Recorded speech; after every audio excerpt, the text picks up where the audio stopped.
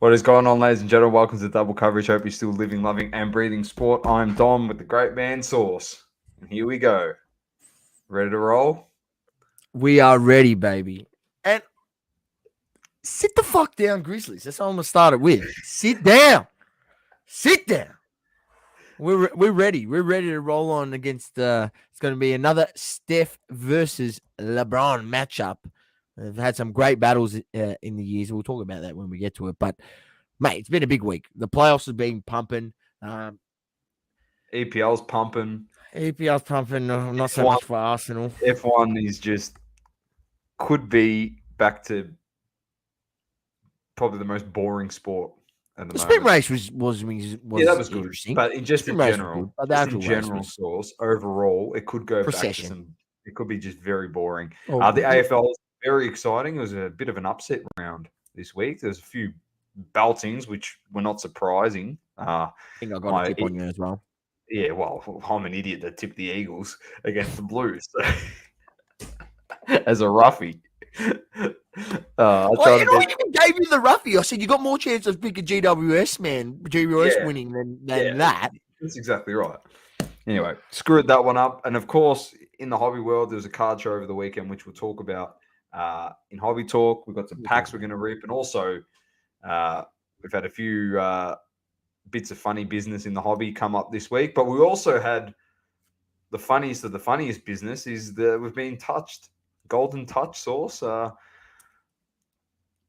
You I haven't haven't watched seen it it. officially. I know you've. It's pretty good. We'll have a bit of a discussion when we get to it. But we will start with the playoffs, and we'll start with the first round matchups that ended in the last week. And the first one, because I want to get your reaction right off the top. Now, you started the podcast pretty pumped, but Lakers defeating Memphis Sauce. You beat them by 40 in the closeout game at home. So I'm throwing it to Yeah. you here. Yeah. You asked for 40, Dylan Brooks. You asked for 40. Well, you got a 40-point thumping. You lemon. You lemon. Let me just start with the Memphis Grizzlies. The sooner that organization realizes that Dylan Brooks is an absolute hack and you're better off getting that guy out of the team and he's worth too much distractions. You already got John Morant you got to keep under control. But now you got that Lemon who's not even good. He's an absolute spud, right? And you're going to protect him. Get him out of there. Get another piece in. The Grizzlies will be back next year. Second, seed in the West, but not good enough to beat LeBron 4 out of the 7 times, as I always say, Doma, that you still got to beat LeBron 4 times. And we knew after game 5, he had an absolute stinker. He was not going to have that type of game in game 6. Came out aggressive. I think he had like 14 points in the first half. And it was over by, end of the third quarter. Let's just say that. It was over by the end of the third quarter. And the Grizzlies got what they deserved, which was an absolute beatdown. But they got to get better. They'll be back next year. And I'm excited for the upcoming series with the Lakers and the Warriors, which we'll talk about in a little bit. But nonetheless, just good to see that, we got through unscathed and AD a few bumps and bruises. But nonetheless, I feel like, if D-Lo could play at that level and give us, in a series, come up with a 30-point game in one, obviously you want him to go out there and put up 15 to 20 points a game to help out the other two. But if you can get him to then pop out and give you 25, 30 in a game, in a 7-game series, Massive. that's massive. You need those role players. You need a guy. You need a guy to stand up. And who's going to be? It's yet to see. But let's see. Well, it's going to be a tough series against the Warriors. Just before we move on to that Warriors Kings series matchup, which was closed out in unbelievable fashion by Stephen Curry. Unbelievable, right? Talk about breaking hearts in Sacramento. Mojo Chase is being one of them, wearing his King's crown in the crowd. If Mojo Sports. Mojo. Can you just give everyone what they want at home? Audio, video.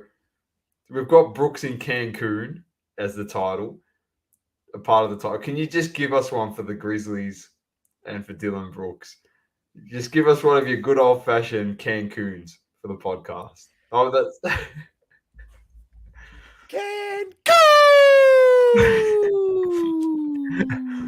they're gone, done and dusted. Cancun.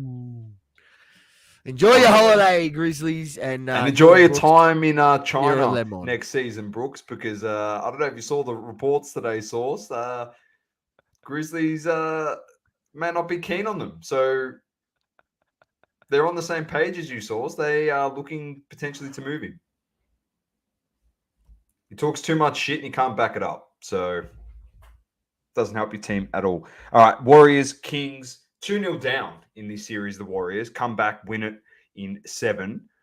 Curry's last 2 games were unbelievable. He dropped a 50 piece, obviously. Massive. It's what the greats Funnily do. enough, What the greats do in Game 7. You need your greats Colin- to stand up. my boy Colin Coward, I haven't listened to him in a long time these days. Maybe he's just your mate now. I don't know. But anyway, he said that he's ahead of Magic Johnson as the best point guard ever. That's what he said today. I don't know if you heard that. He said that because he made a good point. He makes good points in stuff. You just got to go listen to it and make up your mind yourself. But he said, obviously, just impact. He goes, the 3 balls here for the next 100 years. And he's at 35 years old. His career is nowhere near over. Steph Curry. You can keep playing. Like, it's a shooter's league. League. When you can take over games like that in a shooter's league and drop 50 pieces, and not for anything, I'm going to give you props here because you said one thing that was all important throughout this season on this podcast, week in, week out. All you said was, doesn't matter where they are on the standings, as long as their team is fit going into the playoffs, they can win the title. Doesn't matter where they are. And you're on the money. It doesn't matter where they sit. You'd never write off champion source. And especially Hall of Famers. Like, he's a future Hall of Famer. There's, give or take Draymond, but there's potentially 3 future Hall of Famers on that team currently playing. Yeah. And playing good basketball, source. Playing very well. And they got Wiggins back, so his key piece, so he can guard that, strong shooting guard or small forward that might come up against on the other opposing side. So, look, they've looked good. They look good. And I didn't say that they couldn't do it, but when they were down 2-0, I said, "Oh, this is where we need to see are they champions? Because are they going to come back from that 2-0?" And they came back and won it in 7. And the way they won it in the end with the Steph Curry exclamation mark, it was just beautiful to watch. I was watching it live, Domo. It was just, and I've seen it happen before. Like, you've seen it happen before. Like, it was like, I was just like, oh man, this is just Curry taking over. Like, he's just having one of his games, and no one's going to stop him. I mean, at that point where he just dribbled over halfway and just like pulled up from one of those long threes, and then the net didn't even move. I was just like, man, it's over. You've lost. You've lost. It's ridiculous. The shit he does is just phenomenal. And then, then when he was getting to the ring as well, it was unbelievable. I mean, he had a number of layups where obviously they had to start overplaying the 3, and he was just playing. At one point, he dribbled past 3 players, beat 3 guys, and laid it up in the ring. That was unbelievable.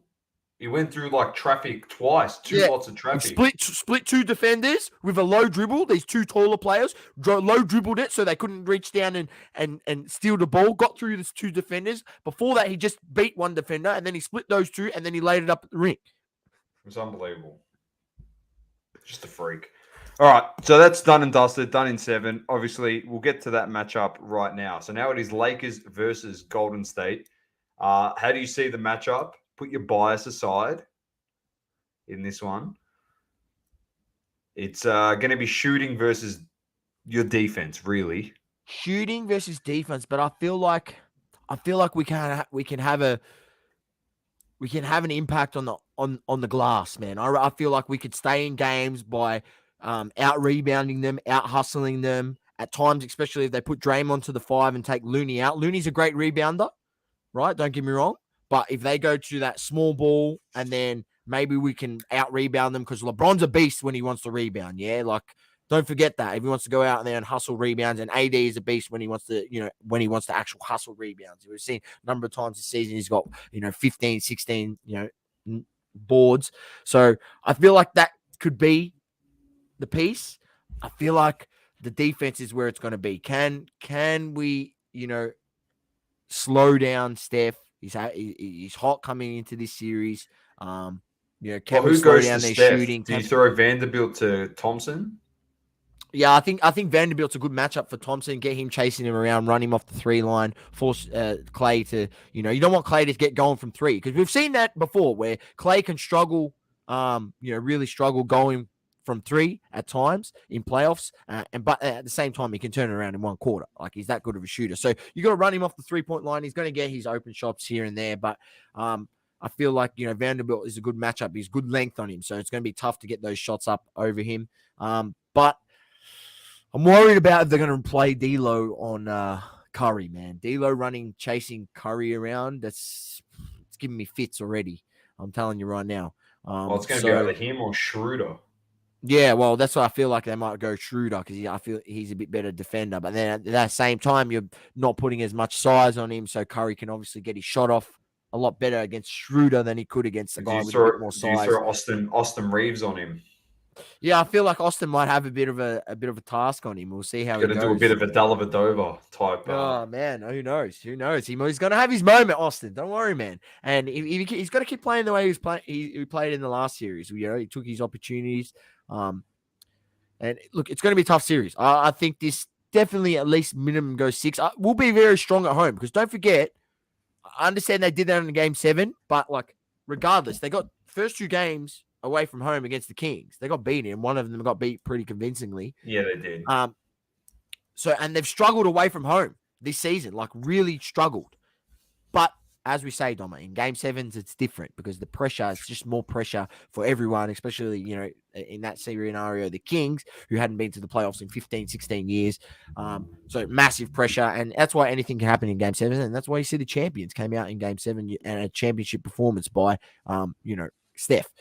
So, look, I feel like it's going to go 6 or 7 games this series. Selfishly, I want it to go to 7. I would love to see it go to 7. Yeah, it would be good to see a Game 7. Yeah, look, I'm going to go with the Lakers just because it's my team, but I'm not confident. I actually, it's going to be a great series. We're playing a lot better basketball, and our defense is a lot better. I think we've won 16 out of our last 19 games. Obviously we had a good end to the season. We had to play the playing games. So look, it's going to be a great series. I'm going to go. Who do you think in the chat? Who's going to win? Who's going to win the series? Golden State or Lakers? A big hello to Adam and Matt who have jumped in. By the way, Adam says the only Hall of Fame Draymond should be in is the Rotten Tomatoes Hall of Fame. Matt Tabe says Lakers need to stay fit and can they last the distance. Adam says if you're Lakers, you pay someone on Skid Row for a few Benjamins to take a baseball bat to Steph's knee. That's their best way of defense. First 10 games of the season, wouldn't even think you'd be talking about the Lakers right now. Anything moving forward is a win, I think, for you guys, Saucy. I agree. I had given up hope 30 games in, hadn't I? I was like, we are shit. The Lakers are done. Yeah. Now I've actually got a little bit of hope. We're playing pretty good basketball. Well, freaking the GM finally made a good move. It took him to year 20 to make a good move. Unbelievable. I think the Warriors potentially could edge you out, but you have Davis, man. And a team. There's no matchup for Davis. There's no matchup for Davis on the other team. And not for anything, is there really a matchup in that team for LeBron? Yeah, they'll put Wiggins on him, and Wiggins has done okay on him in the past. We'll have to see. Can LeBron get his his 3-point shot going? It wasn't. Adam said in the last game. Lakers to go through to get swept by the Celtics in the big dance. Well, after they win this, they have to play the winner of Denver or Phoenix. So it's not as simple as that.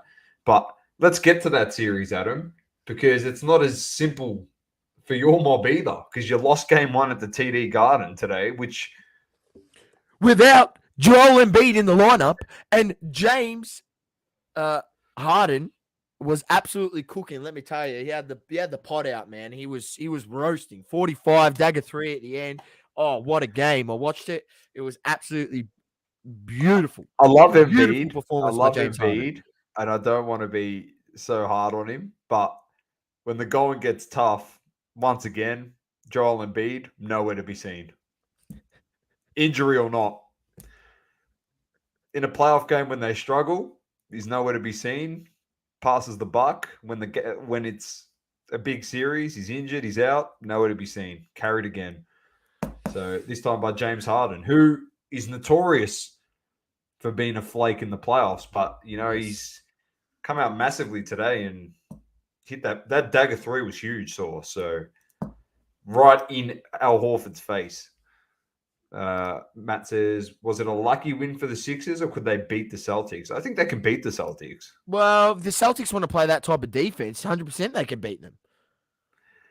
Jono says, how's the married man? Now he's married, he's not in the bed. Jono, I know you. Look, I'll give you my OnlyFans. I'll give you a private show later on, all right, mate? Just leave it for between you and I, okay? Adam says, Embiid is too keen not to stay mean. I don't know. This is a hard one. If Embiid comes back, like, they're going to be hard to beat Philly. They've been good all season. So, and if Harden can start getting into that type of form now, where he has been good anyway into the lead up, it's going to be a tough series. I think this goes. I still think Boston takes a game in Philly anyway, so you got nothing to worry about. You could just take the next one back, Adam. To be honest, or next one. Well, game 3. Sorry, you can take. Can't blame it on Simmons now. Yeah, I know. I'll tell you what. If they don't win this series, Philly, Sauce. If they don't win this series, you might get the old the bus backup noise coming up on the podcast. The Well, what are they going to say? Is he going to be back? Is he only out for game 1? Do we know? Yeah, I'm not sure. Let's have a look. Embiid injury timeline. Knee injury timeline.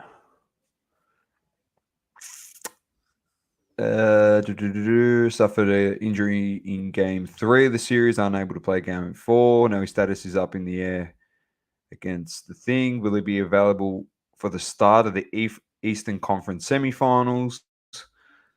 His injury is just a right knee injury. Ramona Shelburne said, sprain LCL. Apparently, there's a slight tear, mate. He may wear a brace on return. He might have to wear a brace. There might be a slight tear. He might be able to push through the pain if they give him a cortisone injection or something like that. Yeah. We'll see if he hopefully plays this series, but yeah, okay. Embiid has been ruled out for game 1 against the Celtics. Yeah, we'll see him moving forward to Doc Rivers. And we'll see what happens. Hopefully he's fit and we get the best players on the court. That's what we want. Last 2. Heat versus Knicks. Obviously, my Heat surprise packet getting through against the Bucks. Buckets was unbelievable. We spoke about that last week. Get the first game done in New York. Yep. It's good. Pinched it. But Butler could be injured. Oh, no. So, yeah. Butler could be injured. So he may not play game 2. Do you risk him? Probably not. Yeah. So you don't play him game 2. Hope that he can come back game 3. Was it serious? Do you know? I think it's a quad. We'll have to wait and see what happens. Jono says, "Are they cabinets full of Barbies behind me?" No, they're not. So I can't. Whoops. So here, it's like some Dragon Ball Z stuff. That's like a limited edition Spider-Man there. It's like numbered to 180. And then this stuff here is all my missus. She loves Disney and stuff. So it's all Disney stuff. And, well, it's a better backdrop than my curtain, my blind that was here for 120 episodes of this podcast, so I thought I'd bloody change it up. Change it Damn, up. I wanted to trade Barbie, says Jono. Don't worry, I'll be getting myself a Ryan Gosling. Oh, that's all right. Well, he'll trade you one. He'll Barbie, trade you the Ken, figure for one of the Jordan rookies you got, Yeah. man. That's a fair trade. Yeah, I'll trade you this. If you want to buy this, Jono, I'll trade you this. You just DM me and we'll work it out. That's what I'll trade you. I'll trade you that for cash. That's what I'm trading it for. So, or you can give me a Jordan rookie. Up to you. Matt Tape says Nuggets will win the lot. Everyone's saying this. They did this last year and the year before and the year before and the year before. Like, Sauce, let's get to that. Denver, Phoenix. I know they've won the first 2 games, but so did Sacramento on their home court against Golden State. And I know Chris Paul got injured today. I don't know if you saw that. Groin injury. So he's injured. Okay. So it's going to be a lot more minutes now. Here comes that bench player that has to move into the rotation now, gets more minutes. We always say these injuries don't help during the playoffs because the load gets bigger for Booker and KD. Yep. KD did struggle. You were saying it today. I did watch that game. Didn't have second a half. Game. Struggled a lot. I don't feel like he'll have. They'll win. They'll win the next game at home. I feel they're like still good. Honestly, but Murray's healthy and MPJ is playing well. Yeah, I know, but this is the thing. Phoenix still has Ayton, Booker, and Kevin Durant.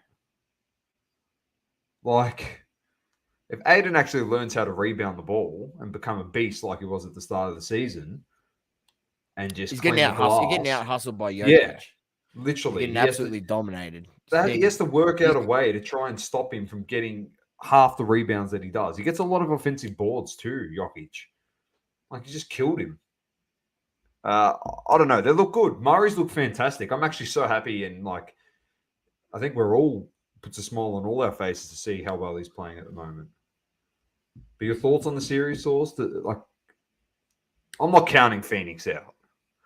Yeah, I'm not counting Phoenix out. But I feel like it will still go 6 to 7 games. I just feel like these teams are closer than you think. Yes, Nuggets have an all-round good team, but you still got two very good players on the other team that can carry a big load. I mean, one of those guys could go off for 50 in the game.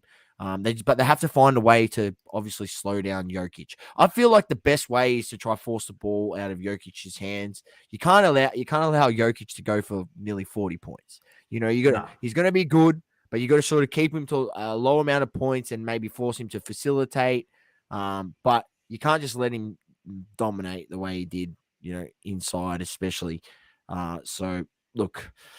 They've got to do some rethinking. I feel like Ayton can be good enough to guard him, but he's not playing good enough. And they need Ayton to be better and guard Jokic a lot better for them to have a chance to obviously come back in this series. The advice too, like, we've been doing this a while now, Source, but we've always learning from prior mistakes in the past when it comes to a lot of predictions about titles and getting ahead of ourselves. I think with term and source, and for anyone that listens and watches, I think you determine who's going to win the title and you have your guess on who's going to win the title when you get to who's in the finals. Because we can get all pumped up and think this and think that, and everyone's like, the Bucks have got the best chance of winning the title this year, and they got rolled by Miami. So now we move on to the next one. What happens if Denver get rolled? Then we have to look at the next team that we're going to say, they're going to win the title. Like, just wait till it's the finals. Then we look at the matchups, and then we start going, I think this team can win it because they got a better matchup. And that's the advice. Like, I think you and I both learned the hard way. So with that stuff. But that's just sport. And I guess a lot of people get ahead of themselves. And it's exciting to see Denver playing this well. And they're all healthy. Jokic was trying to do this by himself last year, so he had no one. He had no one. So it is exciting. And would I love to see Denver win it? Hell yeah. Yeah. Hell yeah. It'd be good to see them win the title. So that'd be awesome. All right, let's move on, Source. Basketball is done and dusted, and let's move on to On that note, Matty, MPJ's literally one back tweak away from sitting out games. Like, Well, he'll be out for the rest of the season if he does something to his back, unfortunately. It's that fragile. He is. He's fragile, mate. All right, round 7 Sauce, the footy. Here we go. Upset on Friday night. The Saints get done by Port by 7 points. Port's won their last 9 games at Marvel, by the way, which if we actually knew this stat, I probably would have tipped them. So they get the job done. Well, Horny Francis puts on a clinic in the last quarter once again. He did play well. He had a good game. Yep. Just prove once again what an absolute rat he is, because he didn't try for a whole fucking year at Kangaroos. He didn't try, ladies and gentlemen. He rorted the club and just took paycheck after paycheck, and probably turned up a little bit intoxicated a few training sessions. I wouldn't be surprised. And no comment. Showing what a great player he could have been. He's a great player. He's going to be a gun. He's going to be a gun. But he is a great. He's player. Going to be a gun, man. I don't like the manner he went about it, man. Just don't. Yeah, like that's fair enough. You're getting paid that much amount of money to be a professional athlete. Be a professional athlete. Fair call. Saints are very good defensively to a point. They struggle a bit offensively up forward. They do struggle a little bit. If they had King, be their downfall going forward. If they had King, it'd be a different story right now. I think with the Saints, they'd be very strong going forward. But time will tell with them. Lions get the job done against Fremantle by 48. There's nothing really to talk about in this. Johnson, the sling tackle on Zorko. He's been rubbed out. Zorko got concussed in this one. Daniel Rich got injured in this one. And Will Ashcroft probably kicked goal of the year in this one. I don't know if you saw that goal on the boundary line. The karate kick midair. No, I haven't seen it. The ball's bounced up in the pocket on the boundary line. And he's done, Daniel Wells kicked that goal in the goal square against Fremantle? Yes. Yeah, he did that on the boundary line in midair. Oh, yeah, joking. Yeah, so it's straight goal through the year. Sticks. Yeah, straight through. Unbelievable goal. He had his best game for Brisbane so far, Will Ashcroft, in their colours. So good on him. The next one, Saucy called it last week. He said you're better off calling this as a roughie. And the Giants get the 1-point win. Toby Green. The Swans. Toby Green. Absolute performance. Phenomenal. Good job by the Giants. They get the win, a 1-point win. You know, you kick 16-10 Sauce to 17-5. They shot themselves in the foot a little bit, the Swans. But good resilience by the Giants. And a team that everyone said is going to be absolutely putrid are trying every week, and they're pushing side, Sauce. They're pushing side. So, you know, there might be a few more fixtures throughout the year where they get this upset, and they cost a few teams some spots. So, who are you talking to? Which GWS. GWS. Yeah, they're not bad. I watched them against Essendon, and they had moments, but they're going to have games where their skills are going to be off. They're just going to look not very good, but they're going to have games where they're going to, cause some issues for the opposition for sure. Definitely. Still some very good players on that team. Dogs beat the Hawks by 29. No surprise there. Yeah, Hawks. Hawks. They're young, and this is the familiar pattern. They do well in the first half, and then they just sort of fall away in the second half. Same thing happened against the Dogs. Look, Hawks bottom two. They're going to finish this year. They're not very good. In all honesty, Sauce, the 2 afternoon games, Sydney GWS. Obviously, props to Bontempelli. I think he played 200 games. Yeah, good on him. He's been a great player for this league and for the Dogs Football Club. He's a premiership player, mate. Premiership player. A lot of people forget that. He's a premiership player. Swans, Giants, and Dogs, Hawthorn probably should have been the feature games on Saturday night. Who in their right mind doing the fixtures down at AFL House put Melbourne versus North Melbourne? I knew that they were going to do it because obviously the Clarko effect. I get it. They're like, Clarko, North will probably be competitive. No. If you go back 7 days to this segment on episode 147, I said, and I quote, tune in for the big blockbuster primetime game on Saturday night at 7:30 to see an absolute bloodbath, an absolute belting, a shellacking, I think is the word I used, because I said the D's are going to absolutely annihilate us. And it was 50-6 at quarter time, Sauce. So They killed us. We lost by 90. We looked terrible. Poor Charlie Comben fractured his lower leg in a horrific incident in the first quarter, which was heartbreaking for him. He's suffered a lot of injury in his career. And, you come back and you've got to battle those mental demons to get back onto the park to play X amount of games and then cop another injury. It's just super unfortunate. And I really like Charlie Comben because he's got something that a lot of players in the team don't have, and that is dog in him. He will run to the end of the game and give 110%. He throws his body at the ball all the time, and it's just heartbreaking to see him go down. So hopefully wishing him all the best in his recovery. The other game on the primetime calendar was the Eagles versus the Blues, and probably the worst tip of all time by me as a roughie was this West Coast game. Saul said, "You are a peanut, Dom," and he was right. 108-point win. It was 37 scoring shots to 14 in this one. Charlie kicked 9. Charlie Curnow, massive game. He dominated. So that was a bye. There was 2 byes on Saturday night that were played out. Sunday, we had the Dons losing to the Cats by 28 points. And that was a poor first quarter that set that up. Poor first quarter, yeah. Look, I mean, the positive sign is we still scored 104 points, which is pretty good. Yeah. But the issue, obviously, we gave up 132. So, look, funny that we were supposed to be, we had issues a few years back. We had issues scoring the ball, but we'd do a bit better in defense. Now we've sort of we can score the ball, but we're giving up a bit too much points against the better sides. So look, adjustments. I didn't expect us to win that game. Tip Geelong. You're much improved. Much improved. Year. Yeah, much improved. We're much improved from where we are last year. And look, keep improving. If we can sneak, I think a pass mark after being able to start not bad. I feel like we might, if we're going to get anywhere, it's going to be sneak into 8th spot. Like I don't think we're going to finish higher than that. And I think we'll still struggle to sneak into 8th. I still think we're probably more chance to finish outside the 8 than we are inside the 8.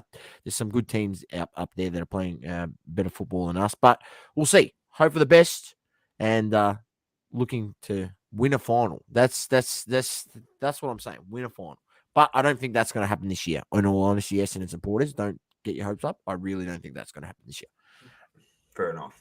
The next one, home game for Richmond at Marvel. And they lost it to the Suns by 24. I didn't catch this game, so... No, I didn't see it, but to score 48 points at Marvel Stadium, you got to be shitting me. They kicked 6-12. It's pretty bad. That's horrendous, man. So tank. Yeah, might as well just tank. Yeah, finish as long as you can and just get a better pick. And still got some good players at the club. I think North is still on top of Richmond, by the way. I think. We'll look at the ladder. They are. And then the last game, Source, because you're kicking yourself again. You're kicking yourself over Collingwood again at 3/4 time. In the punters market there. You're kicking yourself again because they kicked 35 points through 3 quarters, as Saucy said to me. And then they've almost doubled their score in the last quarter. So they've come back and they've won this by a point against Adelaide. Matty Tabe said he's still a bit down about that one. Did you watch this game, Sauce? Mate, you're depressed. What about me? Anzac Day.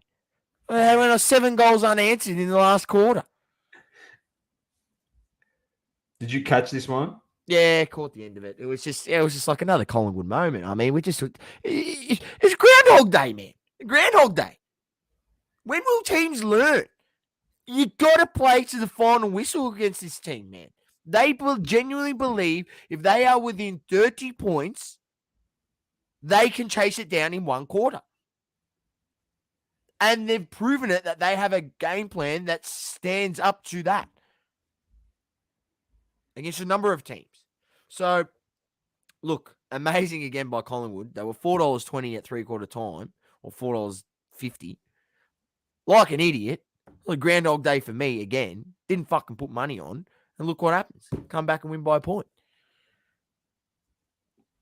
Fair point. Gamble responsibly. Maddie said it's not about you, Saucy. Goals win games, not bloody behinds.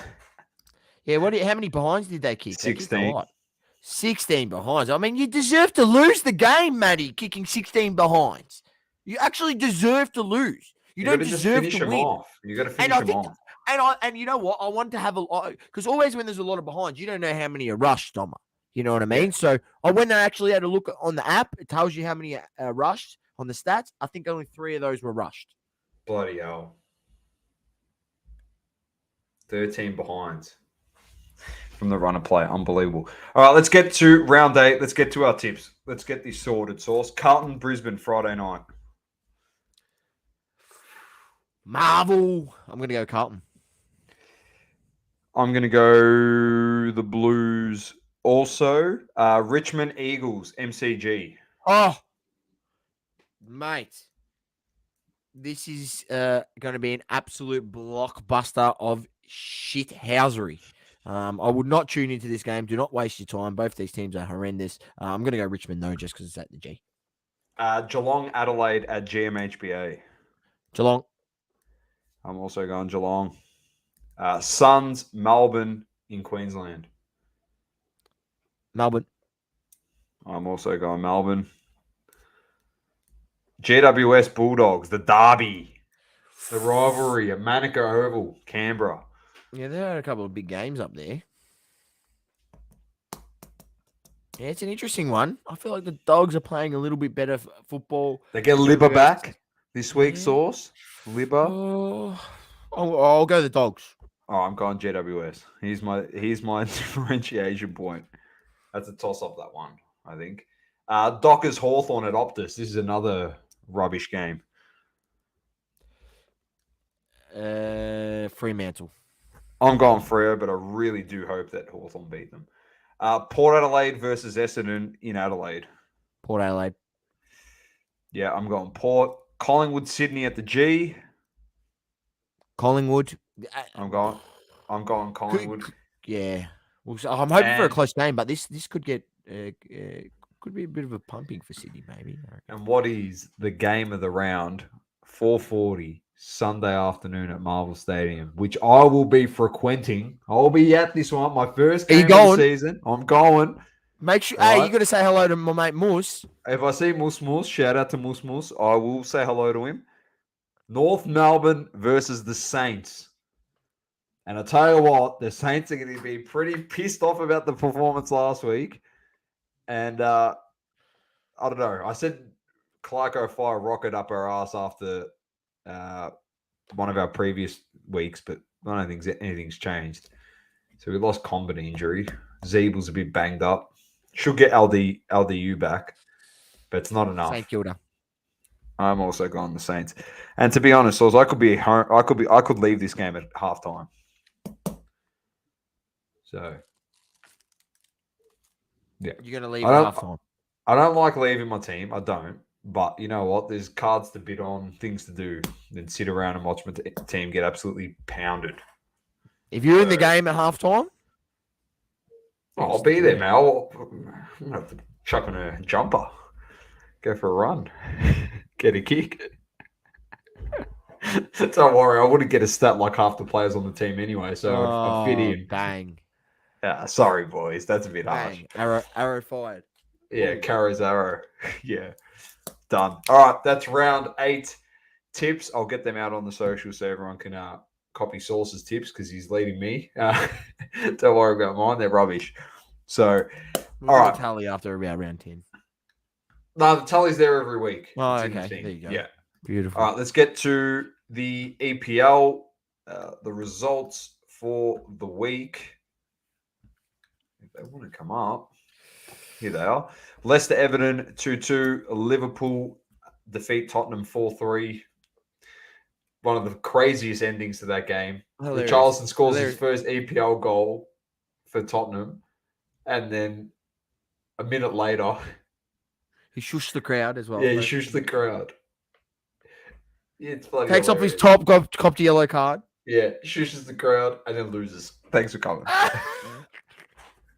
And did you see the goal? The guy passed it straight back to Jota. What Yeah, is I he know. doing? I Why know. would It you? was Why, when terrible. you've just equalized and there's like 2 minutes to go, why would you not just clear clear that? it? Just clear it. Waddle them on. Why are you Just trying to clear pass the it back to ball. your keeper? Get Or it your out of there. defender? Come What on, an man. idiot. Yeah. Anyway, then we have Bournemouth defeating Leeds 4-1. City defeat Fulham 2-1. United 1-0 winners over Villa.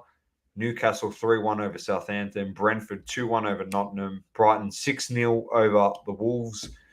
And Palace defeat West Ham 4-3. That was a great game. Great game. Standings, just before we get into this week's fixtures. City, with a game in hand, are a point clear of the Gunners. Newcastle are sitting in third on 65 points. United, with a game in hand, on Newcastle in fourth on 63. So we've got to win this week so we can jump on top of them. Liverpool's moved into fifth on 56 points. Then Tottenham and Villa in seventh. Brighton in eighth. So pretty good there. So the fixtures this week are Arsenal, Chelsea. That is 5 a.m. on Thursday morning or tomorrow morning? Thursday. Tomorrow. I think it's Thursday. tomorrow. I think it's tomorrow, 3 a.m. Then we've got Liverpool, Fulham, West Ham versus Man City, Brighton versus Man United. That is going to be a tough game for us this week. Then we've got Bournemouth, Chelsea, Man City, Leeds, Tottenham, Palace, Wolves, Villa, Liverpool, Brentford, Newcastle, Arsenal. That's on Monday morning. West Ham United is also on Monday morning. Fulham, Leicester on Tuesday morning. Brighton, Everton, and Nottingham, Southampton also on Tuesday morning. So a full fixture coming up for the EPL. Some of our team source playing more than once in the next week. So we can tune into them, and hopefully the Gunners can get 2 from 2 against 2 tough opposition sides. So Man City got West Ham. So I know who you're barracking for every week. You're barracking for West Ham and for Leeds this week because that's who Man City are playing. I did watch that Fulham game, and I'll tell you what, they were 2-1 down, and they didn't really create too much. City were playing with them at times the way that, and it was just, just you bottled it. That's it. Don't worry about it.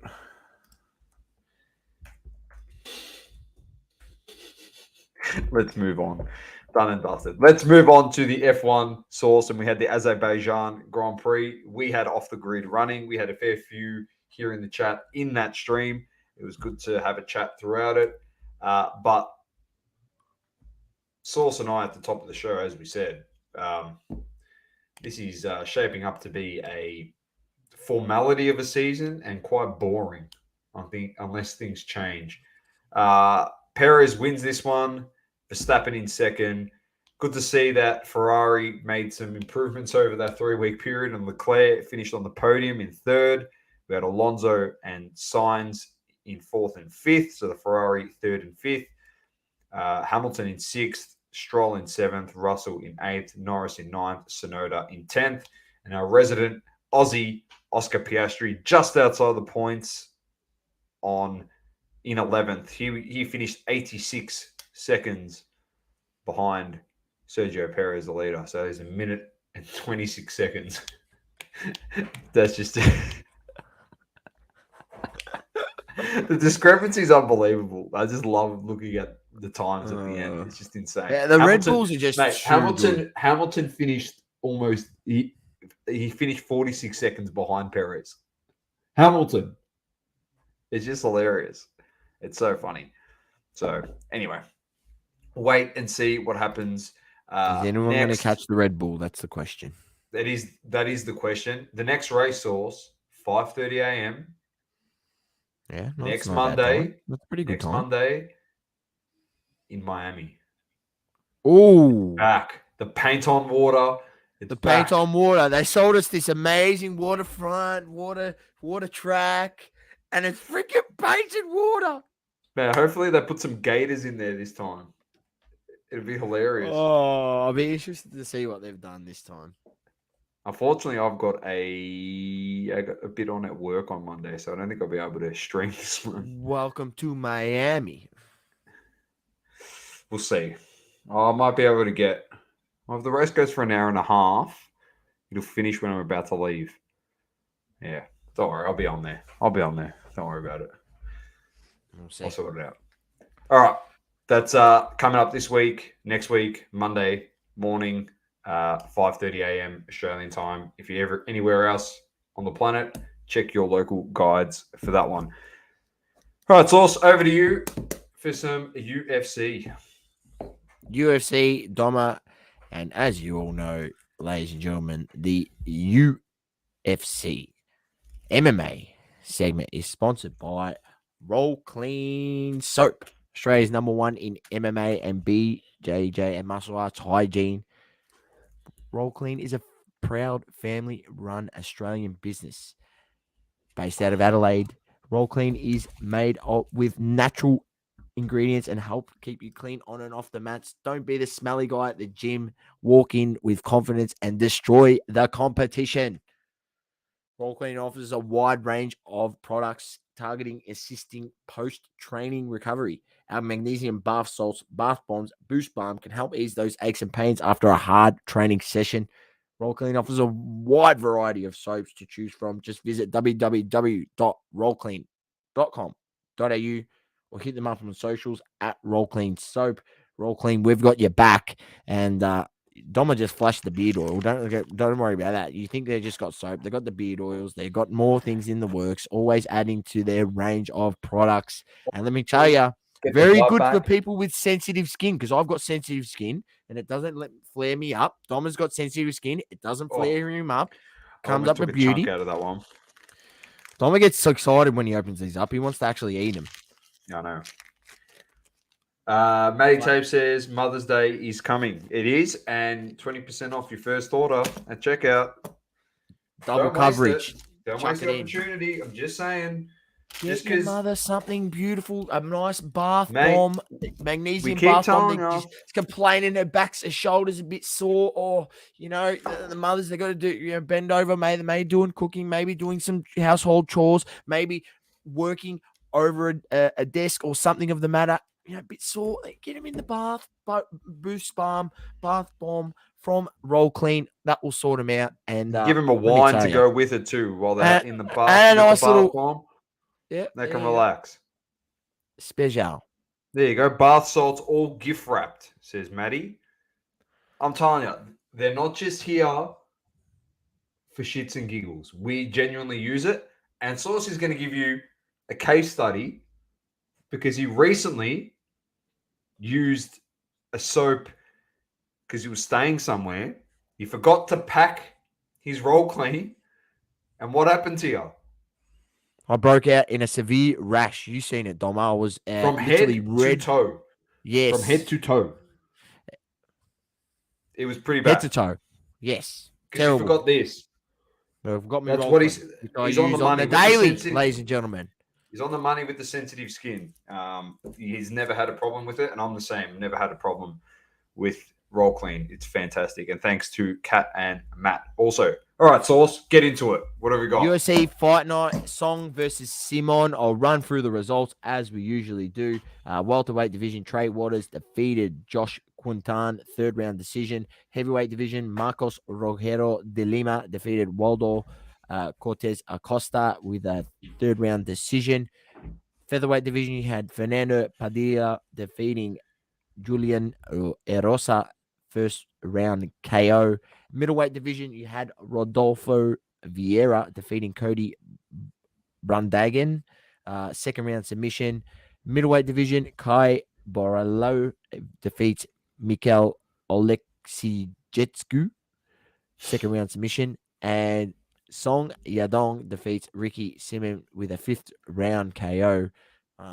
I didn't catch the fight, so I can't comment, ladies and gentlemen. I didn't catch the fights. I was a bit busy Sunday. Doma is well aware. I just was able to make it home in time for Off the Grid, actually, that evening. So, didn't catch anything. But nonetheless, we look forward to this upcoming card, which I believe this weekend, big card. big card, and we'll definitely have to probably watch this one.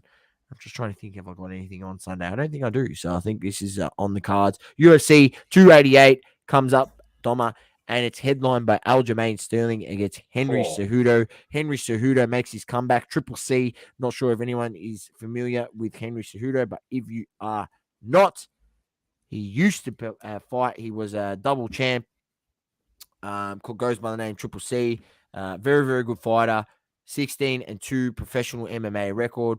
Retired, went out of the game for 2 years. Done a whole Conor McGregor moment, probably just to drive up hype, and get more eyes. But nonetheless, he's got the title shot against Aljamain Sterling. So this is for the title, the bantamweight title. So it will be a massive, massive card. And then obviously, this is a great fight. This, in my opinion, is a great, great fight. Bilal Muhammad against Gilbert Burns. It's going to be an absolute belter. Did Gilbert Burns just fight against Masvidal? Yeah, mate. Like freaking a month ago. Yeah, he just he only had 3 rounds. Well, this is what it's got here on the when I just type in UFC card. Bro, he's when a I go off. beast. Yeah, it might be on short notice. It could have been on short notice. Who knows? He might have had a different opponent, Bilal Muhammad, and he got injured, and they've called up Gilbert Burns. But if you're looking at it like that, he didn't take much damage in that Masvidal fight. He done all of the and it was a lot of grappling. He destroyed him. There was a lot of grappling on the ground, and he was in advantageous positions. So, like a month off, he doesn't have to go through another fight camp. He's already fit. He's only on a co-main event, so it's only 3 rounds. It's not 5 rounds. Yeah. I think it's only 3 rounds. Maybe I hope so, or maybe it is 5 rounds. I'm not sure. Someone can correct me if I'm wrong there. But nonetheless, that's the co-main event, and then the women's strawweight, Jessica Andrade against Zhang Jianen. Then also notable, you've got Bryce Mitchell against Movazar Evelev. This will be a good one in the featherweight division. Movazar Evelev is 16-0 in professional MMA, so always look out for the undefeated guys. And then, look, I'm not going to go deeper into that, but the prelim card kicks off from 10 a.m. Early prelim kicks off from 8 a.m. and the main card kicks off from 12 p.m. Australian Standard Time. Check it on your local guides, and don't forget double coverage at checkout at rollclean.com.au for 20% off your first order. Very nice. Matty Tabe said Ultimate Fighter coming up soon. That's with McGregor. Yes, and Chandler. Yes, Chandler. That's going to be a cracker. And then obviously they're going to have their matchup in the near future, which is going to be Global said amazing. He's been following the Bare Knuckle Fighting Championship. I don't know if you caught McGregor and Mike Perry in the ring. Bit of promo there after the championship fight on the weekend. I'm telling you, bare knuckle fighting, it's fucking crazy. Don't get me wrong. It's nuts, right? They do tape up their hands and stuff. Did you see but it's Eddie Alvarez versus that was great. It was great. It was great. I've seen highlights and stuff of it. It was just brilliant. Great fight. That was out of control.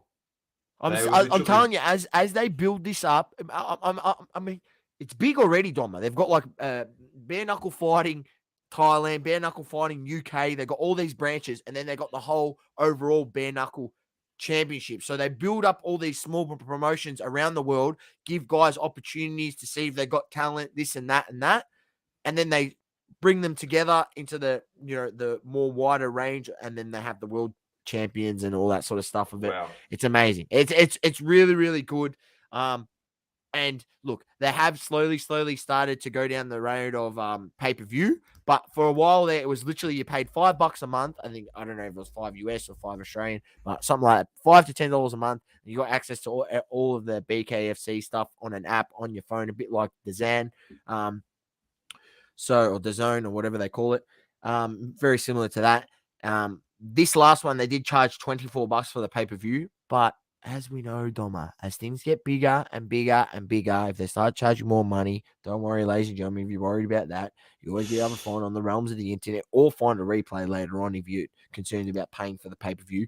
But they're attracting, ex-MMA fighters, that were previously, in MMA, and that means that the money must be there for it, Doma. So guys are willing to put their, and women are willing to put their, life on the line in a sense to go in there and earn that dollar and fight in BKFC. And I think it's just so. I just think it's so crazy that it's brilliant.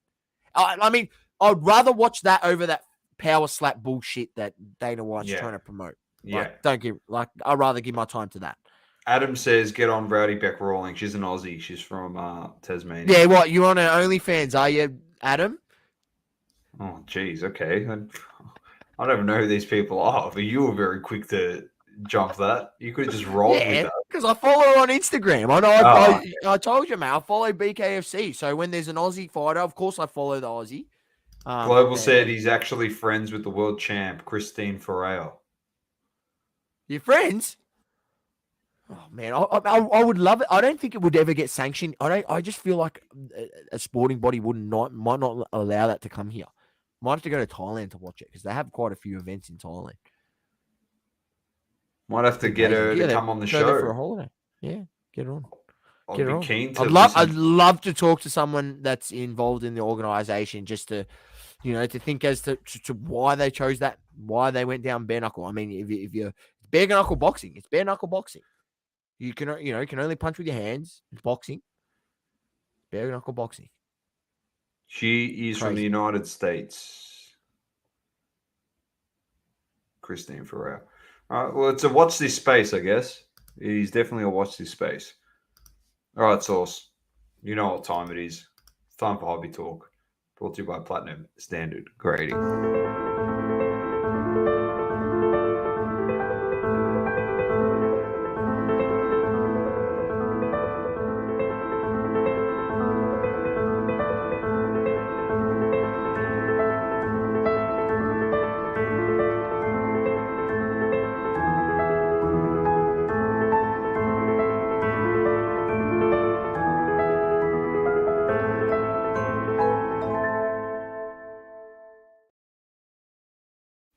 Thank you to the guys at Platinum Standard Grading. All right, Sauce. There's a bit happening in the hobby. I don't know where you want to start in this.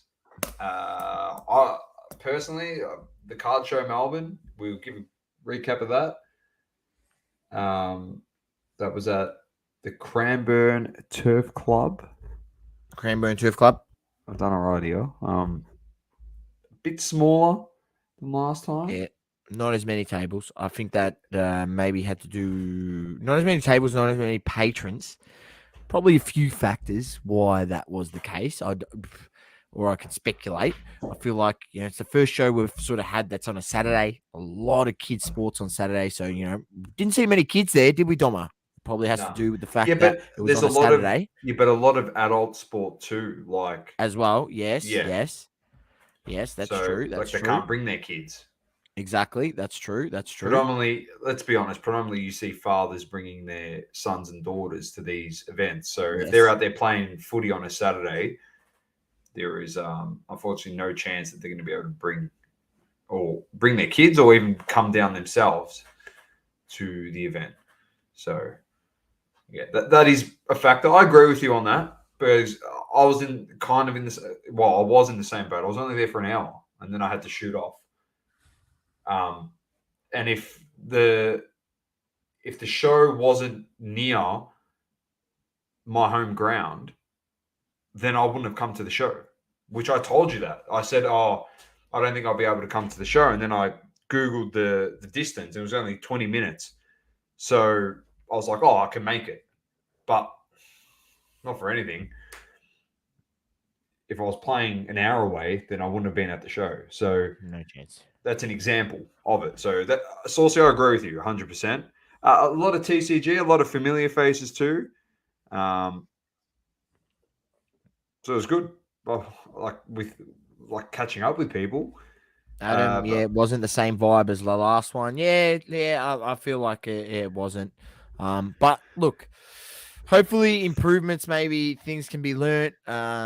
Did have a chat to Kane, the organizer, and just sort of said how you doing, this and that. I've bought cards off Kane in the past. I think multiple AFL cards and things. He runs No Chill Cards, I believe. If you've seen that page across Facebook, and he's got a website, No Chill Cards, as well, so you can check them out. Look, as a show, it was a 5 out of 10. Don't worry. Like, it was good to have a show, but it was it was a 5 out of 10. And he's the last show that was run there at Cranbourne Turf Club was higher to the 7. I'll give it a 7.5 mark. I mean, 10 out of 10 is the national in terms of show, or something like that. But yeah, look, from what we've got, Yeah, from Matty what we've Tape got, said Sundays are the day 100%. yeah, I feel like it maybe not enough thought put into certain aspects, but nonetheless, it was good to have another show. Good to catch up with people. I still got some pickups, so I'll show them here on the show. Let's have a look. There is a vlog coming out. Yes, there is, Matty, and I've got to edit it. You didn't disclose. You did not disclose any purchases to me, so I'm keen to see this. Yeah, I got a few purchases. So, got these two. As you know, anyone who listens to this show knows I buy a bit of Pokemon. I buy some Pokemon, and when I do buy Pokemon, it's usually got the ones that I like, or I have a few Pokemon I collect. So I've been wanting one of these for a while. Oh yeah, yes, you have. There you go. That's out of the Hidden Fate set. It's a PSA 9. I don't really care. It's a nice looking card, shiny. I remember catching him in Pokemon Go as well when I was playing that, because obviously, as a kid, you always want to be a Pokemon trainer. So of course, when Pokemon Go came out, I played it religiously for about 12 months, and then I gave it up. It was taking up too much of my time, and then it was literally taking up too much of my time. So gave it up, but it was good fun. And remember catching him when Pokemon Go. So I was like, I'm going to get one for the PC. Never know. Might see it out in the table at a show if someone's willing to pay me money for it. Everything's for sale, ladies and gentlemen. Don't get attached to your cards too much. There are pieces of cardboard. Then also I picked up this. Oh yeah, nice. 7.5. This is from. That's a promo card. That one. Promo card, as you can see, from 1999. Black Star promos, Mewtwo. So I've got a Black Star promo of Mew. There you go. So something a bit different. I mean, it got a 7.5. I can sort of see why it got a 7.5. Got a bit of whiting on the back, so on, so on. But you know what? I bought it just because it was sort of like I looked through that, and then I said, "Look, I'll give you these two for 100." So I got both those cards for $100. I'll take it. Mewtwo's your guy. So Mewtwo's there we go. So just add to the PC, add to my Mewtwo PC that I have. I've also got my old Mewtwo cards that I used to own. And then, of course, the Oracle was there, and he always brings something in that I'm always willing to buy. And he bought this, and I seen it straight away, and I said, you know what, I'm gonna walk around, and if nothing's better, I'm gonna come back and get it. You can't see the camera's shit, but that's actually a purple patch. But it's a dual patch. Julius Erving, Magic Johnson, winning combos, it's called. You received a Julius Erving and Magic Johnson game used memorabilia trading card from the Upper Deck Company. On the front of this card are authentic pieces of warm-ups worn by Julius Erving and Magic Johnson in NBA games. We hope you enjoy these pieces of basketball history as we at Upper Deck continue to keep you as close as you can get. Bang. Nice wording. So used from their warm-up jacket or something, and pick that up, $30. So I'll take it. I don't know, didn't look at comps, just seeing it there, $30. It's the Oracle. You trust the Oracle. That's just I don't know. I don't really care. Doesn't matter anyway. I collect Magic Johnson, and it's the Oracle. And it's the Oracle, mate, selling you the card, not Shoeshine Bob sauce. So you got nothing to worry about. Yeah, it's definitely not trimmed, ladies and gentlemen. Mr. Mathis. We'll get that. We'll get to that in a second. So that was it. That was your pickup, or is there more? You just don't want to reveal them all. Okay. No. That's it. I bought 3 items. I was only there for 2 hours, just 2 hours. Had a good chat, a bit of chat with people. Did try buy. Was gonna buy some boxes and stuff, but I was like, nah, stuff it. Just decided against it. So nonetheless, it was look, still did all right at the show, but yeah, it was not. If you're a vendor there, you'd probably be a little bit annoyed. I'll just say that. Fair enough. Maddie said, my son got kicked off Pokemon Go for hacking it. Chris said, I enjoyed the show. Highlight was meeting you two legends and jam donuts on the way out. Thank you. And apologies because I was in a bit of a rush. So I wasn't disinterested. I had to shoot off, and it was actually lovely meeting you very quickly. So hopefully we can sit down and have a good chat at the next show. He said he's got some nice select soccer pickups. Please share in the chat. I'll be keen to hear them. Yes, game on, Maddie. Don't forget Buffon and Dybala. Oh, yeah, I got that one, but I've already put that in like the collection with the other thing. Yes, I did get that. I got the Buffon Dybala, but we can leave one. We can leave one hidden pickup for the for the vlog. Yeah, we've got to give him something. Very nice. Coming out. And don't worry, there's something special in that coming. You're not putting it in there, you idiot. What? Nah. What?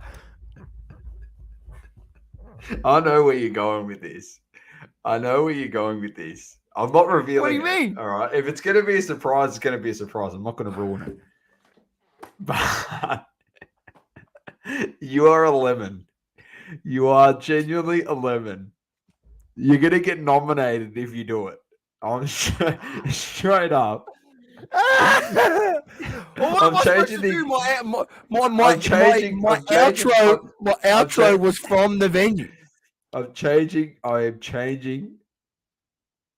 my Instagram name to Shoeshine Bob 2.0 if you do that. I'm just getting out of here. Adam says I'm definitely going to grab those Glass Masters cards I picked up. So you can look forward to this vlog. I'm not looking forward to it. You all will. So, yeah. If you want to one-up over me, you just go watch the vlog. So that's pretty much it. So you can share it as much as you want. So this could be the viral moment, Source, that you've been waiting for. And it's taking the absolute piss out of me. Anyway. Speaking about taking the piss out of me, Source, rolling on. I've got a pet peeve. I was a bit frustrated, and you had to come and you had to talk me down and just be like, Doma, I don't understand why they're doing this. They're just idiots. You just got to ignore it. The Facebook groups. I've gone back into a Facebook group after a long time trying to put something up to list in there for a sale. Obviously, I've told you in the past what's happened. I put something up for what it was on comps, and people cracked the shits, and they said, I can go buy it here, and I can go do that there. And my response to them was, if you can go buy it there and you can find it, go buy it. Just move on. Don't just skip my post. Anyway, I put this bad boy up for sale, as I said last week I was going to do. This one. And I put it up for... I based the comps on what was recently sold in USD, and it was at around 425 Australian, converting the USD. So chat might be able to help me here as well. I put up for 400 OBO. All right. So does everyone know what OBO means? Like it means or best offer. So put that up there. I'll tell you what, got a lot of traction. So it copped over 20 reacts on this post, and they were just pretty much just flaming me because they're just laughing at it. They do know if they came down in price, I'm looking to sell it. You probably could have got a deal of your life out of it. But they decided to react instead of actually ask a question. So I don't know, Sauce. I'm genuinely off of the groups to the point where it's like I just go to FeeBay and cop the fee. Yeah, you don't have to deal with the Le Mans. You don't have to. Yeah, you don't need to deal with Le Mans. Seriously. Look. Yeah, we've seen it happen so many times, and you know what's funny? The last time it happened was on the certain a Dragon Ball product, and then it's gone up significantly since then. So I mean, maybe it's a sign, Doma. Maybe you're not supposed to sell the box, so then it just goes up to then $800, and then you can put it up and say 800 OBO, and they'll laugh at me again. Fuck, I don't know. It's just it's increasingly frustrating. Adam says they're probably all hyped up on Prime that they've paid a 500% markup on. I thought it was Obi-Wan Kenobi's nickname. What? Shoeshine Bob. OBO. Which Oh, no, I'm just kidding. I don't know. I'm just frustrated with it, and I'm pretty No, much it off of happens all it. the time. You So, see it. If yeah, they're if you're not interested in buying it, just just stroll move on. on. Source. How many times have we seen like people? You even sent me a few things like, look Mate, at I this guy. screenshot and send it to you. I'm like, look at this guy, but I don't go comment and like I send No, it to no. you so we can But have a some of the laugh but or some of the some other things or that. ones, You know? but some of the other ones were like close to the price that I listed, where they Yeah, could have I offered, know. and I probably would have taken it. Yeah, and they're all like PM'd. You know, like, oh, can you do it for this much? And they're genuinely interested. Yeah, I know. So I don't understand. I sent you, as I said, other yeah. ones. But you don't comment, man. Just leave it. Global said I found it pretty easy to sell at the moment. Sold the chef patch in 2 minutes on Facebook. That's awesome. I'm actually happy for it. I'm happy for anyone that can sell on there. It's just it's not my go. I can't sell on there. I saw more during during COVID. I saw more in lockdown via marketplace than actually via a group. Seriously. I would put it on marketplace and then put it in the group, but they were all getting found because they were on marketplace and people were just buying them. Because the groups are like, oh, it's our community. I find like that they think it's like this is our community and this is how we do things. And because I don't know whether they've got no life or I don't know, like everything revolves around that group and everything that gets posted in it. I don't know, Source. I don't know. Nah, It's cool. people just have itchy fingers, man. When they're scrolling through Facebook, like they can't help but have to press a like or have to do a react or have to write a comment. Like they just can't help but to do it. Like at the end of the day, we're trying to sell something. It's a buy, sell, trade group. If you don't not clicking sold or not literally saying, "Hey mate, like could you do a better deal?" or writing something constructive, scroll along, keep scrolling. Anyway, it is what it is. Adam said I got my lot of Jordan stuff I was telling you about yesterday. Donna. Yes, awesome. That's good. He was saying that he picked up a whole bunch of stuff at the show source, some Jordan cards and stuff. Yeah, So I seen. He showed me a few of them, a few cards. yeah, just keyboard Nice. warriors. Exactly. Anyway, that was my pet peeve. Golden Touch. You haven't watched it yet. You watched a bit of it. I watched the first episode and a half. I'm only watching it for one person. No, stop. For All who? right. For who? Be careful where you go with this.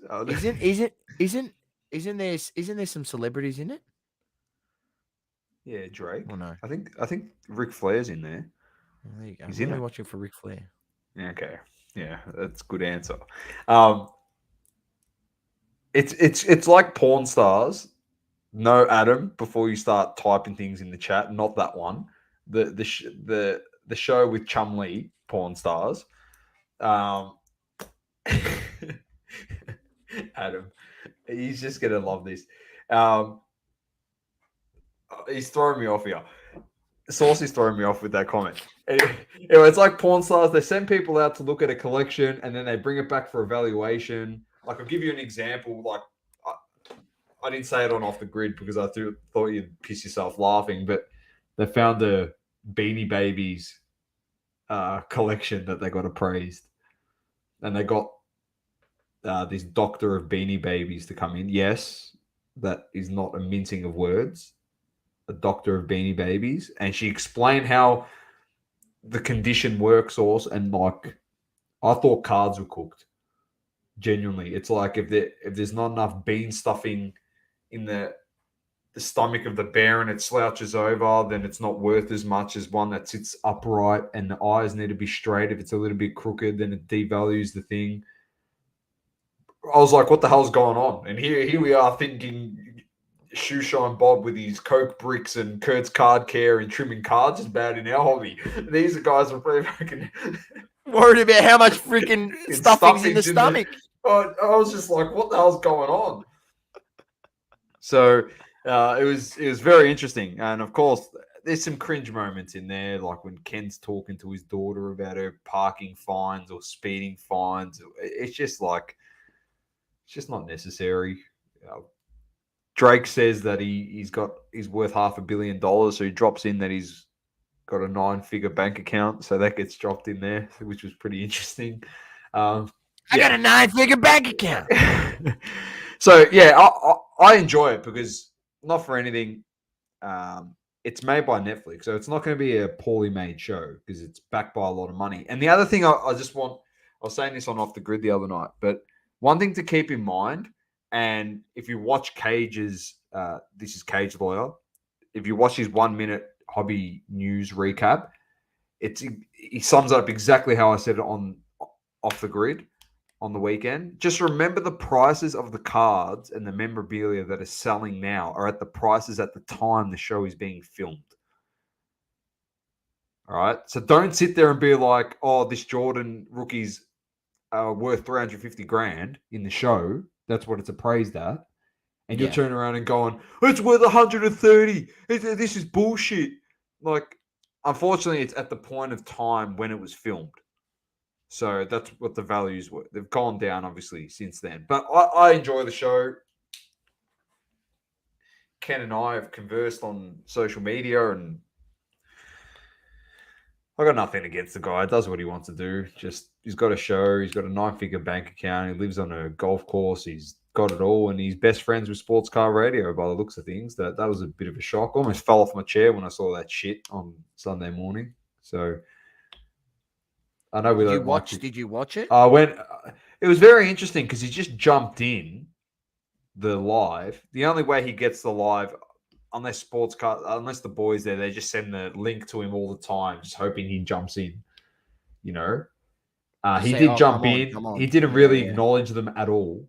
He didn't acknowledge them in the whole thing because there was someone else on the show with them at the time. Candace. And he was talking to Candace. I watched her. Yeah, well, he was talking to Candace, and then when he got in, and he said to Candace, "Oh, how do you feel not taking the job at Golden and going over to Alt or wherever she is?" So he actually straight up just said that to her, and I know. she had which. What a fucking lemon. Anyway, her response was literally, "I see a future here, and like hopefully in good business practice, we might work with each other in the future." Like, it was a really good response by her, but it was a bit. He's so up himself, isn't he? Yeah, and then he goes, "I'm here to talk about my new show, the Collectible King, the Golden Touch, and you can tune in here, and it's out on this date." And he was just pumping it all up to that community and doing what he's doing, and the marketing. Did he have a chat at all? Did they? No, yeah, he spoke to one of them about a Barry Bonds bat or something, and they said, "Oh, you should send that to me." Oh, anyway, they got him to confirm they lives on. You got him to confirm they lives on 3.2 acres of land or whatever the hell. You know, the clip they always play on their videos. Yeah, and they started pissing themselves. So anyway, what's this? I reckon it was Drake that owns the triple logo, man. Of LeBron. He calls Uncle Kenny to place a bid for him because he was in a club on the show. I haven't seen this episode yet. So also, Uncle Ken is good for the hobby. Says global. He looks like everyone's creepy uncle just waiting for him to pop up and say, "Not going to say that." He is good for the hobby. It's good promotion. Like, it is what it is. Like, the show is awesome, and it's great to see that sports memorabilia and stuff, is showcased. In all honesty, the premise of the show,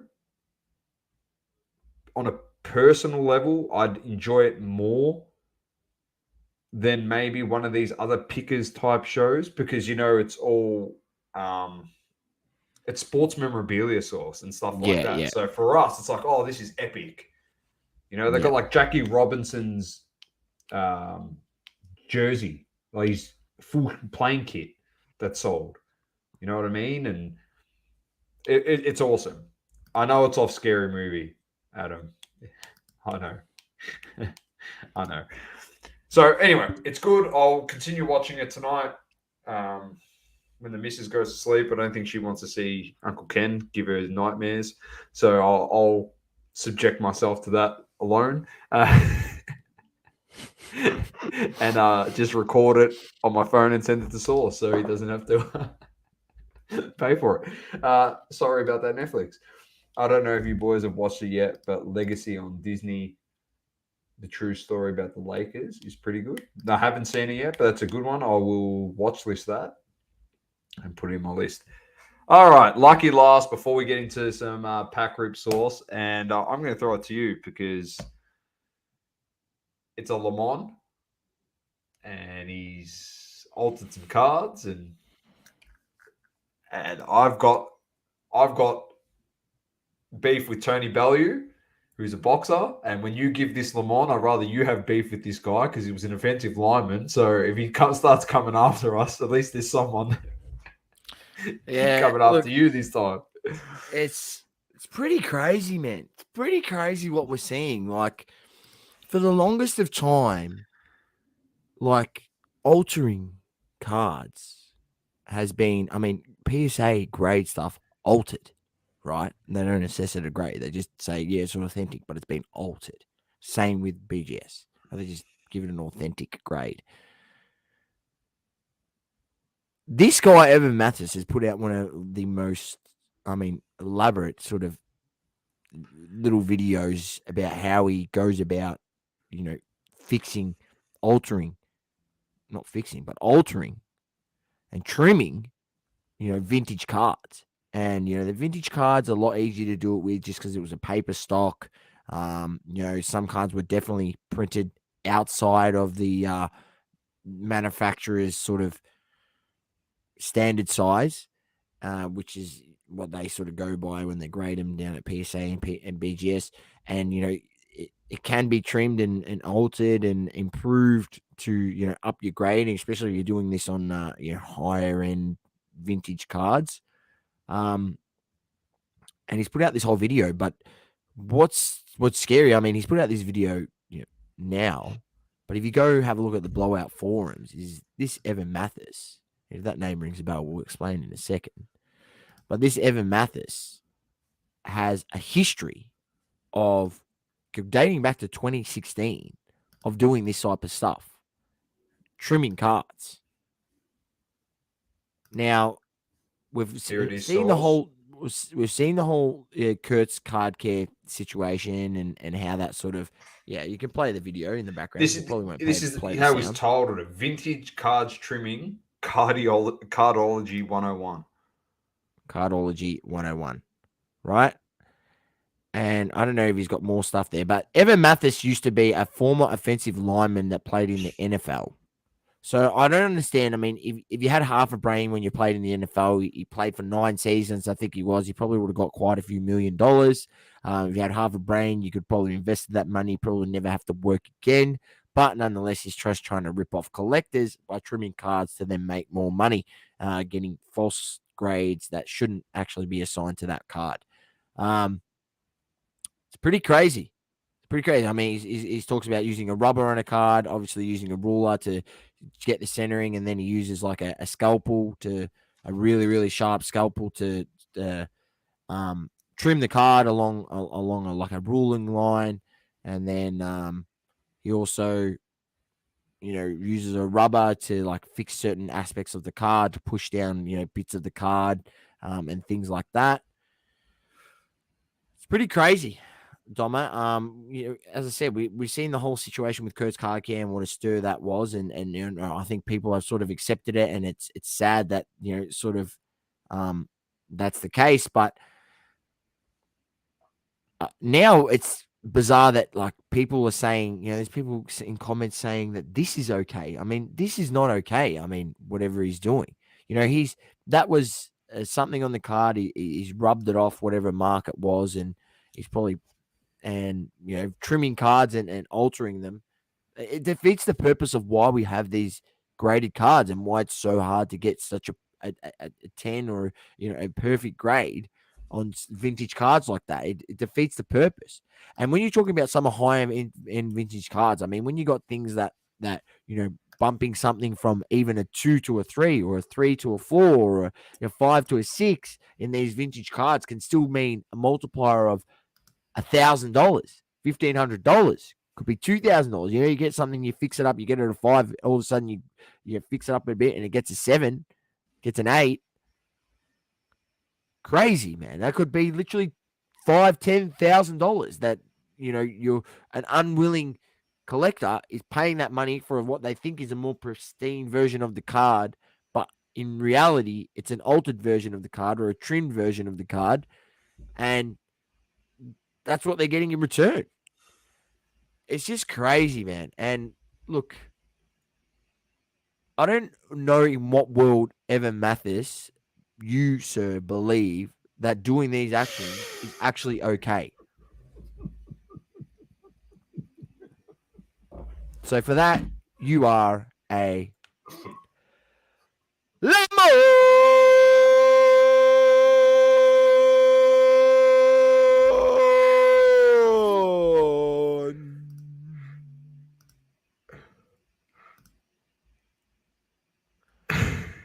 Uncle Ken's joined the chat.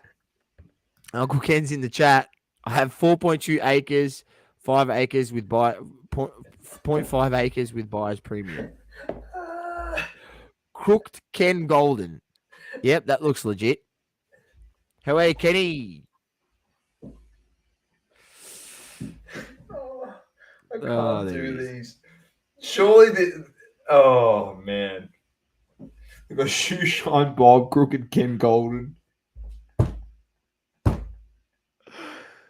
I love this shit. I love this shit. Surely, if I type Crooked Ken on Instagram, surely that's got a page. Maybe. See. Surely not. Oh, he does. Hey, we got to bring it up. What a coincidence. I can't do this. Bring it up, Doma. Oh, yeah, mate. I can't do this.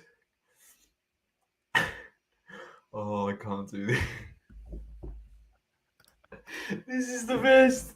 There is cookies. I have a 9-figure bank loan and 5 dirty Latino mistresses.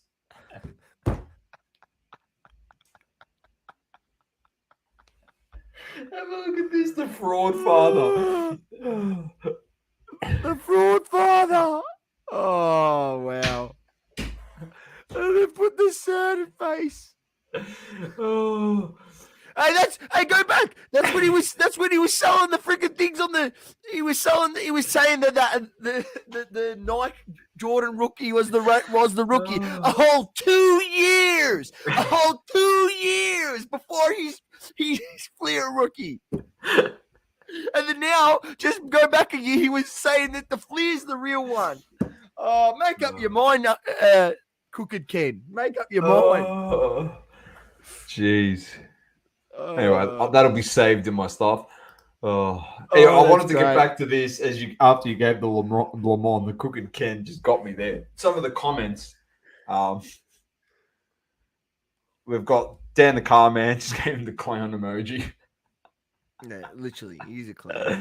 The Card Carver said this is whack. Prism God said legendary. I'd like to know what he means by that.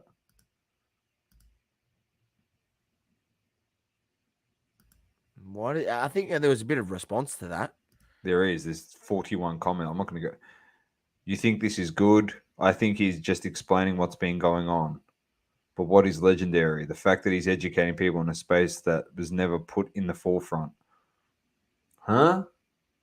What are you on about, mate? Have you ever been to blowout forums? Before people started creating videos or anything, there was so many forums and everything about this stuff. Like, it's out there, man. Anyway, sports car therapist. Evan said, Dan the Car Man, enlighten us on all the sketchy cards associated. I'm sure you've read your own SCR and blowout threads. Said Dan. Cop that, you clown. This is still in the same thing. Jeez. Yeah, that's 41 extra comments on the legendary comment by Prism God. But that's pretty crazy that you got someone like Prism God who's running the Culture Collision show in Atlanta over there in the States, and he's saying that it's legendary that this guy is trimming cards.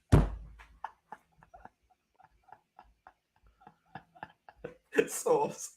I'm telling you, I have not even teed this up tonight. Like the Crooked Kenny, This is not staged, ladies and gentlemen. I swear to God, what you're about to see next, it doesn't get any better than this. This comment here, he CC's Nat Turner. He says, "This is how all of your vintage cards got high grades. Do it yourself using these techniques."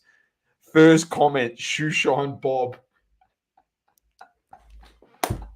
Hell yeah, Shoe Shine Bob. There he is, causing a ruckus. We're gonna go visit him in a second.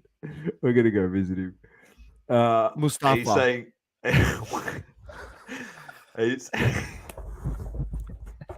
you idiot.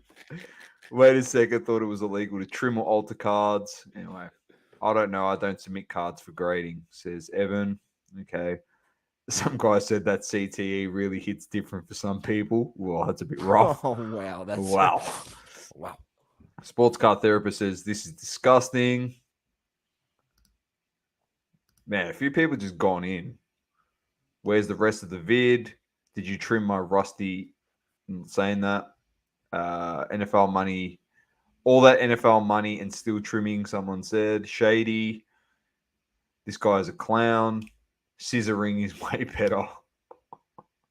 Congrats, you're famous now. Interesting. Someone that played football with him says, love this champ. Someone tagged Otia Sports in here.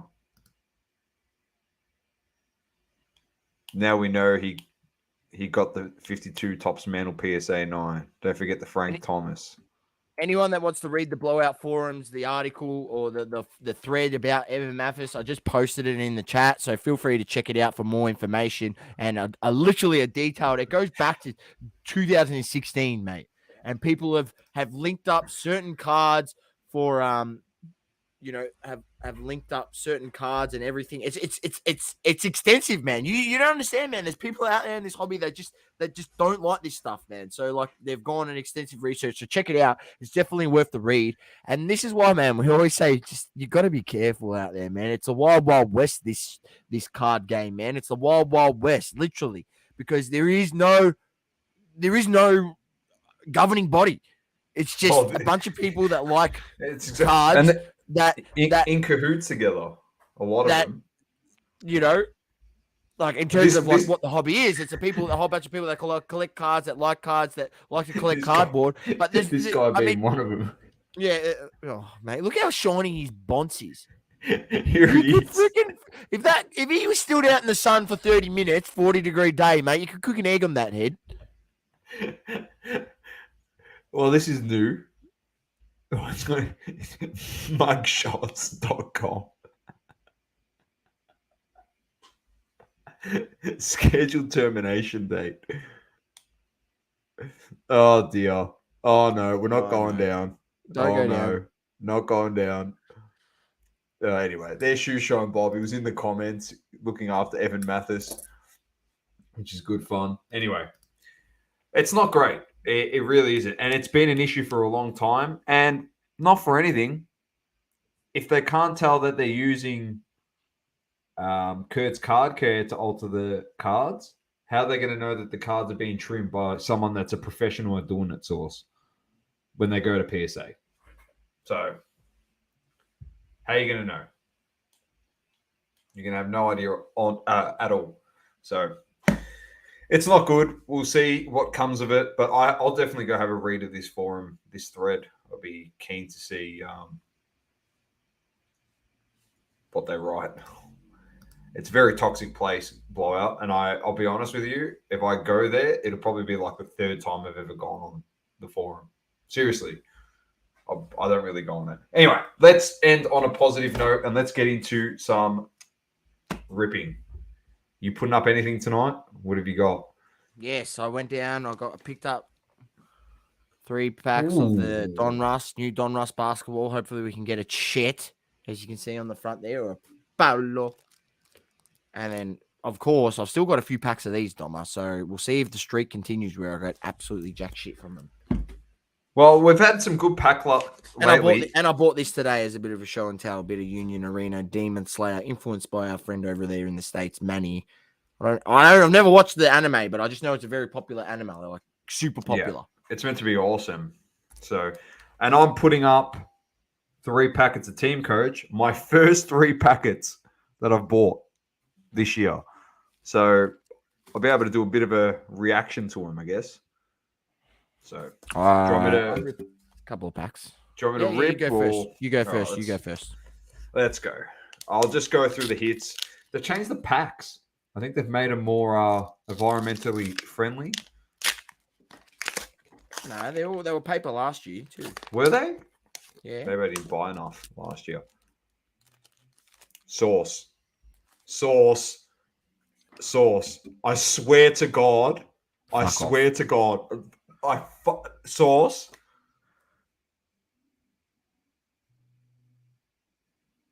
Is it the stamped one? Sauce. It's fucking stamped. And it's Christian Petrarca, baby. Oh, yeah! Let's go! Let's go! No way. That's hard to pull. What's the pull rate on those? No way. It's not easy. 1 in every 864 packs. Is that the actual pull rate on the stamped ones? 1 in 864 packs. Oh, celebrate! That's a celebration. Get him up. Let's go. Get him up. Where is he? Celebrate. Where's the celebrate?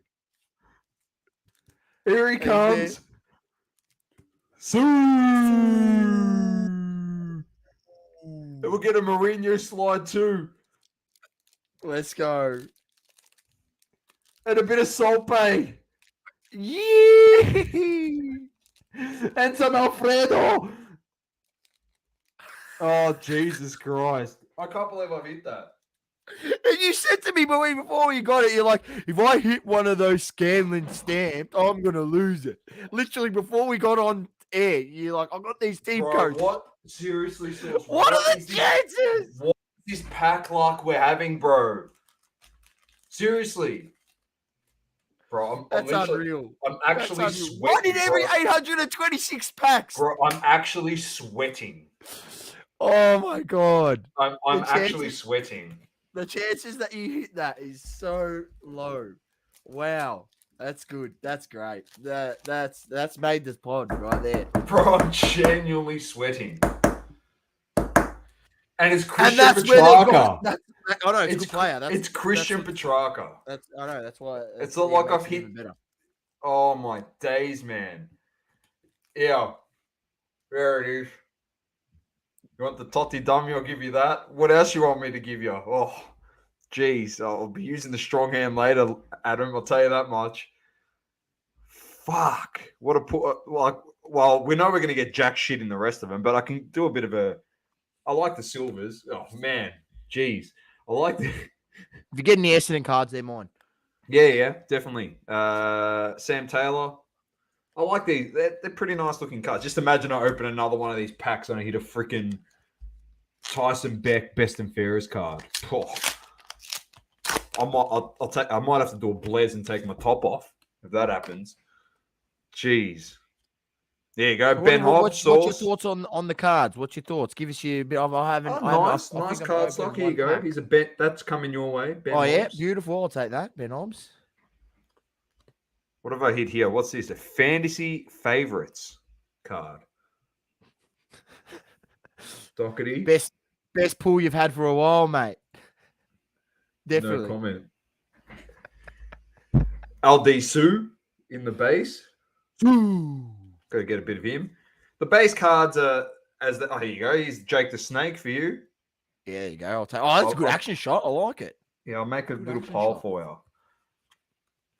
No, they always have good action shots on the card. As you know, they're more of a different vibe to the footy stars. But I do like their silver inserts. They're nice. It's a full image of the player. And these are, I don't know, best and fairest cards. They're pretty nice. And then these fantasy favorites are a decent looking card too. So, all right, 1 packet left. I don't mind them. Better than the bloody mascot cards in Footy Stars. Yep. Yeah, Timmy Taranto. I don't know what this is. It's like one of these gold ones, I'm assuming. There you go. It's got a border, gold border. Taylor Adams. Oh, it's a nice looking card. Yeah, That's me. not bad. Check if there's any Essendon in here. Yep, Zachy Merritt coming your way. I'm breaking for sauce. There Hey, you look go. at that. Have you Anyway. three Essendon cards in 3 packs? I got one more pack. No. I only had 3 packs. All right. And no comment. I don't think I'm going to be able to top that, Dom. No, if we're having a pack war right now, I'd be taking absolutely everything. You'd be taking everything. Unless you get a Ched auto. Oh, yeah. A Ched auto or a Palo auto will probably take the cake. Yeah. All right. Or if you man. hit something low numbered, one of them. I can't believe Oh, my boy. There's my boy, SGA. I'll keep that one. That base card. Pat Connaughton. I don't see who that is. Who's that? Kendrick Nunn. Oh, it's terrible at the Lakers. Izzy Little, Tim Hardaway Jr., and then insert complete players. Giannis, and then rookie Jabari Walker. All right, Jack Dilly squat. I don't know what these are coming from. Where these are coming from? These are. Okay.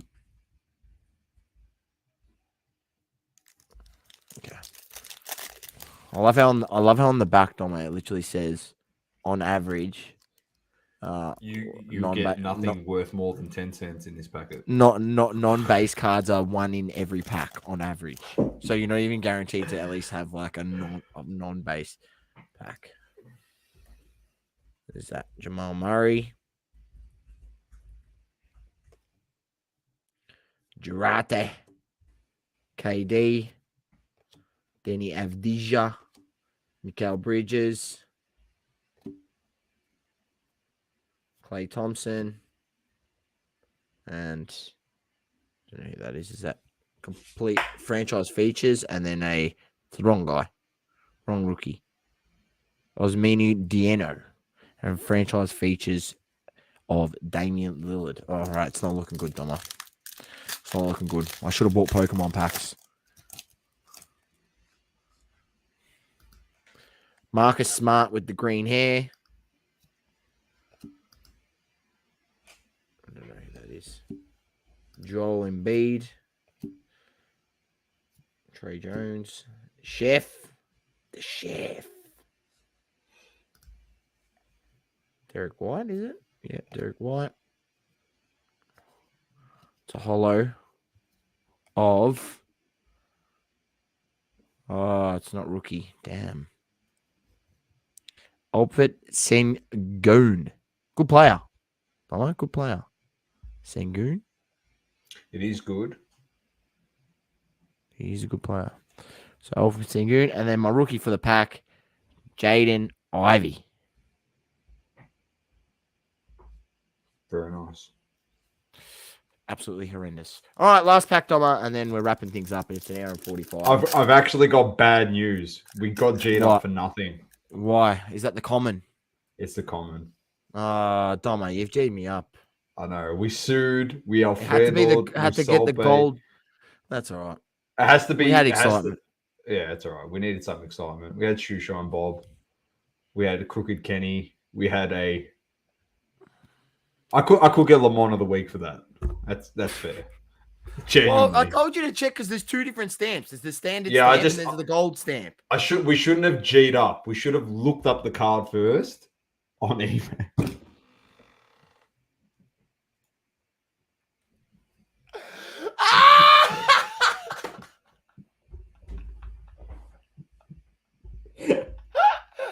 Oh, I can't believe that. It was worth the G up, though. It was. And it's also worth one of these bad boys. Right here. Just where is it? Right here. Yeah. Can we make me big? Make me big and just put me right there. There you go.